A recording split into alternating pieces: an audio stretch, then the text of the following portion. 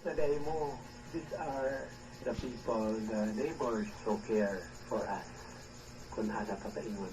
They want to travel with us. Again po diya sa digital highway, we also travel with other people.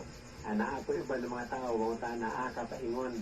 O kita po, mga na sa ila, asa kapaingon. Nadabi ko na kung ga-post, pulos lang.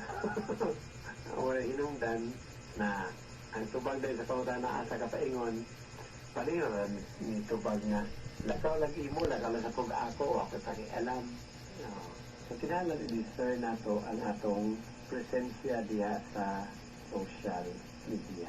Kamo na po yan, kanang nindot yun ni ang a constant reminder diya sa konteksto sa atong pag-communicate, diya sa atong pag-engage sa social media, nga ato jud exercise ang prudence.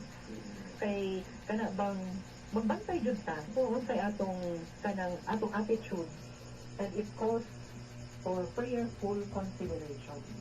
Kay kana bang atong pag-engage sa uban no makadala usab nato sa pag-ilagayon kung kinsay akong tinuod nga neighbor o niining pamaagi, so we can create that presence, and in that way we can relate with one another on social media platform na aduna gayoy kanang maayong kabubuton sa mag-communicate ko diri what is true, beautiful, and good.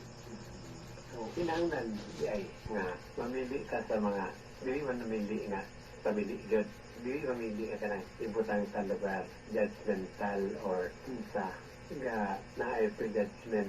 So kinahanglan mamili sa unsay atong content nga i-post, unsay atong content nga atong gapaminawan, because it reveals our presence.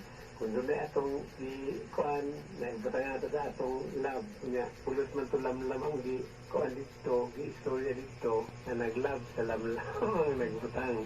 Mura mahatag nga mensahe, nga ganahan din ni si Kuya Elmer sa lamlam mga mensahe, because kinahanglan i-play na to, i-discern. Kung sa atong presensya nga mahatag o kung sa impresyon nga atong mahatag diya sa social media.